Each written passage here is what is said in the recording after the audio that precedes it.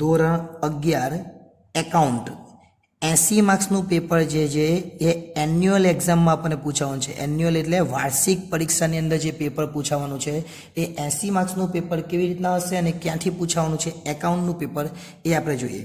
તો સૌપ્રથમ આપણને ખબર છે એ પ્રમાણે પહેલો વિભાગ એ. તો વિભાગ એ ની અંદર ટોટલ આપણને કેટલા પ્રશ્નો પૂછવાના છે એ જોઈ લઈએ અને ક્યાંથી પૂછવાના છે એ પણ જોઈ લઈએ. તો વિભાગ એ ની અંદર આપણને ટોટલ 8 પ્રશ્નો પૂછાશે. 1 2 3 અને 4 એ જ રીતના 5 6 7 અને 8 એમ ટોટલ કેટલા પ્રશ્નો પૂછવાના છે? 8 પ્રશ્નો. હવે જે આ 8 પ્રશ્નો છે એ કયા ચેપ્ટરમાંથી પૂછવાના છે એ પણ જોઈ લઈએ. તો જે પહેલા નંબરનો પ્રશ્ન છે ટોટલ 8 MCQ છે આપણા.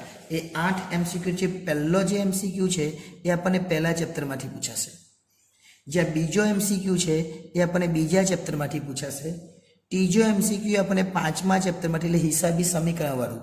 ચોથો MCQ આપણને 6થા ચેપ્ટરમાંથી પૂછાશે. ત્યાર પછી 5મો જે MCQ છે એ 7મા ચેપ્ટરમાંથી પૂછાશે. 6થો MCQ એ 10મા ચેપ્ટરમાંથી અને 7મો અને 8મો MCQ એ આપણને પેલું કોમ્પ્યુટર વાળું જે ચેપ્ટર છે 11મું એમાંથી આપણને 2 MCQ પૂછાશે. એટલે આ રીતના આપણો આખો જે વિભાગ એ રહેશે. વિભાગ એ ની વાત થઈ ગઈ. ત્યાર પછી હવે વાત કરીએ વિભાગ બી ની. તો વિભાગ બી ની અંદર આપણને ટોટલ 7 પ્રશ્નો પૂછવાના. અહીંયા 8 સુધી હતા. 7 એટલે ક્યાંથી થશે? તો 9 થી 9 10 11 અને 12 આ 4 થયા. એટલે હવે 13 14 અને 15 ટોટલ પ્રશ્ન કેટલા પૂછવાના? 7. એટલે આ વિભાગ આપણામાંથી કેટલા માર્ક્સનો થવાનો છે? તો આ વિભાગ આપણા માટે 7 માર્ક્સનો થવાનો છે. જે વિભાગ બી છે એ વિભાગ બી આપણા માટે 7 માર્ક્સનો થશે. 9મા નંબરનો પ્રશ્ન છે એ ચેપ્ટર નંબર 1 એટલે કે વ્યવહારોની પારિભાષિક શબ્દોવાળું છે તે. ત્યાર પછી 10મો જે છે એ આપણને વ્યવહારોની દ્વિઅસરમાંથી પૂછાય. હવે 11મો જે છે એ બીજામાંથી પણ પૂછાઈ શકે અથવા જે જીએસટી છે એમાંથી પણ પૂછાઈ શકે. કે જીએસટીમાંથી કેટલીક વાર પ્રશ્નો પૂછાયેલો છે, એમ બ્લુપ્રિન્ટમાં નથી પણ કેટલીક વાર પૂછાય છે, એટલે એ પણ આપણે જોઈ લઈશું.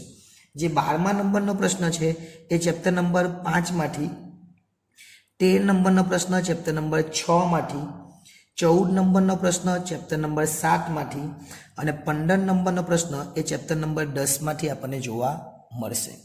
એમ જોવા જઈએ તો આપણે ટોટલ એ ને બી ના 15 પ્રશ્નો આપણે જોઈ લીધા. હવે વાત કરીએ વિભાગ સી ની.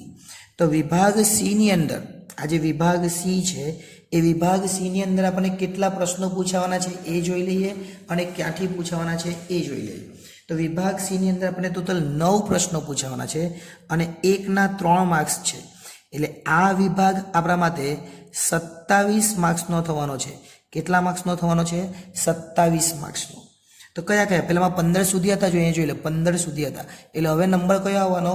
નંબર આવવાનો 16. એટલે 16 નંબરનો પ્રશ્ન, 17 નંબરનો પ્રશ્ન, 18 નંબરનો પ્રશ્ન, 19 નંબરનો પ્રશ્ન અને 20 નંબરનો પ્રશ્ન.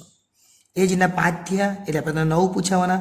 તો 21 22 23 અને 24 એમ ટોટલ કેટલા પ્રશ્નો પૂછાવાના? 9 પ્રશ્નો. અને 1 ના કેટલા માર્ક્સ? 3 માર્ક્સ. એટલે 27 માર્ક્સનો આ વિભાગ રહેવાનો છે. હવે જ્યાં 16 અને 17 છે એ આપણને પૂછાશે આમનોંધમાંથી. એટલે 2 આપણને 3 માર્ક્સની આમનોંધ પૂછાશે. એટલે આમનોંધમાંથી 6 માર્ક્સનું પૂછાવાનું છે.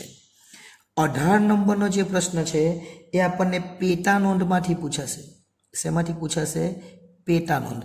એટલે ખરીદ નોંધ, વેચાણ નોંધ, ખરીદ પરત નોંધ અને વેચાણ પરત નોંધ. પણ બહુ મોટો દાખલો નહીં પૂછાય.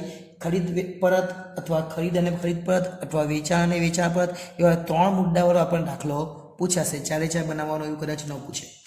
19 નંબરનો પ્રશ્ન એ આપણને ખાસ આમ નોંધમાંથી પૂછાશે. ક્યાંથી પૂછાશે? ખાસ આમ નોંધ એમાંથી પૂછાશે.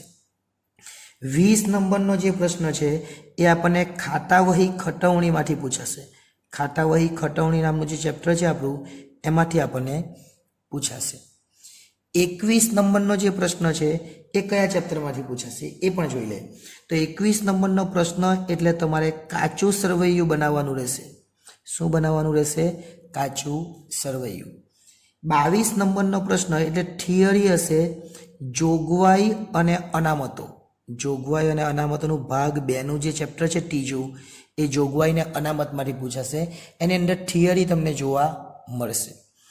23 નંબરનો જે પ્રશ્ન છે એની અંદર આપણને એક આમનોંધવાળો દાખલો પૂછાશે હુંડી, અને કદાચ એના અથવામાં હુંડીનો દાખલો બીજો આવી શકે. અને છેલ્લે આપણને જે દેશી નામું છે એમાંથી 3 પારિભાષિક શબ્દો, કેટલા? 3. આ 3 આપણને પારિભાષિક શબ્દો પૂછાશે. હવે પારિભાષિક શબ્દો એટલે શું? તો એની તમે જોજો ઘણા બધા શબ્દો છે, હથ્થું ખાતું, શાહ ખાતું, તે એવા ઘણા બધા શબ્દો છે. ઉબરેક રકમ, ઉપર તબકે, આ જે રકમો છે એ બધા દાખલા આપણને આપણને પારિભાષિક શબ્દો પૂછાશે. 1 2 3 4 5 6 7 અને 8, અને ટોટલ અહીંયા 9, એટલે આમનો 2 છે. એટલે વિભાગ સી સુધીનું આપણું ક્લિયર થઈ ગયું. હવે વાત કરીએ વિભાગ ડી. તો વિભાગ ડી ની અંદર આ જે વિભાગ ડી છે એની અંદર આપણે ફક્ત 2 જ દાખલા પૂછાય છે 4 માર્ક્સ વાળા. એટલે 4 દુ આ વિભાગ કેટલા માર્ક્સનો થવાનો છે? તો આ વિભાગ થવાનો છે 8 માર્ક્સનો. અહીંયા કેટલા પ્રશ્નો હતા? તો 24 સુધી. એટલે હવે પ્રશ્ન નંબર આવ્યો 25 અને પ્રશ્ન નંબર આવ્યો 26. એટલે આ બંને વિભાગ આપણા પૂરા થઈ જાય. ડીના બંને પ્રશ્નો આવી જાય. જો ડીનો 25 નંબરનો જે પ્રશ્ન છે એ ક્યાંથી પૂછવાનો? તો ડીનો જે 25 નંબરનો પ્રશ્ન છે એ આપણને રોકડ મેળમાંથી પૂછાશે. ક્યાંથી પૂછાશે? રોકડ મેળ. 2 ખાનાવાળો, 3 ખાનાવાળો, સાદો રોકડ મેળ. એ જે રોકડ મેળ છે એમાંથી આપણને આ પ્રશ્ન જોવા મળશે. 26 નંબરનો જે પ્રશ્ન છે એ આપણને ભાગ 2 એનું પહેલું જ ચેપ્ટર એટલે ભૂલ સુધારણામાંથી જોવા મળશે. જે ભૂલ સુધારણા નામનું ચેપ્ટર છે એમાંથી આપણને આ 26 નંબરનો પ્રશ્ન જોવા મળશે. એટલે અહીંયા સુધી આપણે જોઈએ તો વિભાગ ડી સુધી થઈ ગયું. હવે વાત કરીએ વિભાગ ઈ ની. તો વિભાગ ઈ એ આપણા માટે બહુ જ અગત્યનો, કારણ કે વિભાગ ઈ ની અંદર 6 માર્ક્સવાળા 3 પ્રશ્નો પૂછાવાના. એટલે કે વિભાગ ઈ આપણા માટે કેટલા માર્ક્સનો થવાનો છે? 18 માર્ક્સનો થવાનો છે.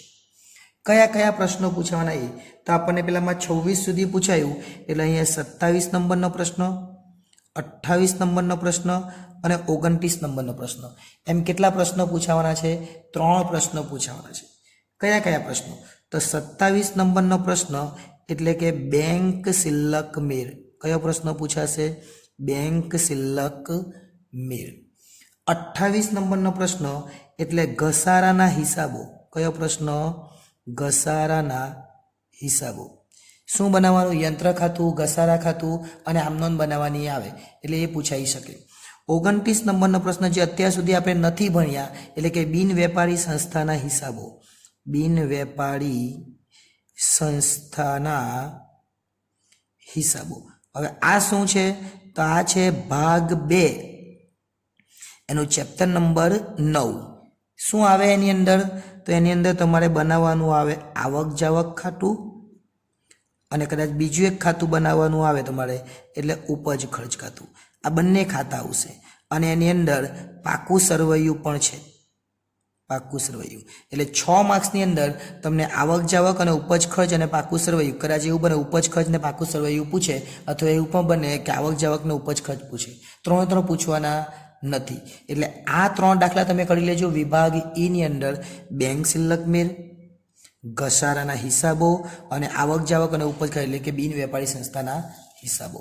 હવે વાત કરીએ છેલ્લો વિભાગ એટલે વિભાગ નંબર એફ. હવે આ જે એફ જે વિભાગ છે એની અંદર આપણે પહેલેથી જ ખબર છે, પણ મારે 29 હતા તો અહીંયા 30 નંબરનો દાખલો આવવાનો. આ વિભાગ આપણા માટે 12 માર્ક્સનો થવાનો છે. કેટલા માર્ક્સનો છે? 12 માર્ક્સનો. અને આ 12 માર્ક્સના વિભાગની અંદર આપણને એક જ દાખલો પૂછાશે, અને એ દાખલો એટલે વાર્ષિક હિસાબ. આ વાર્ષિક હિસાબનો એક દાખલો આપણને આની અંદર જોવા મળશે.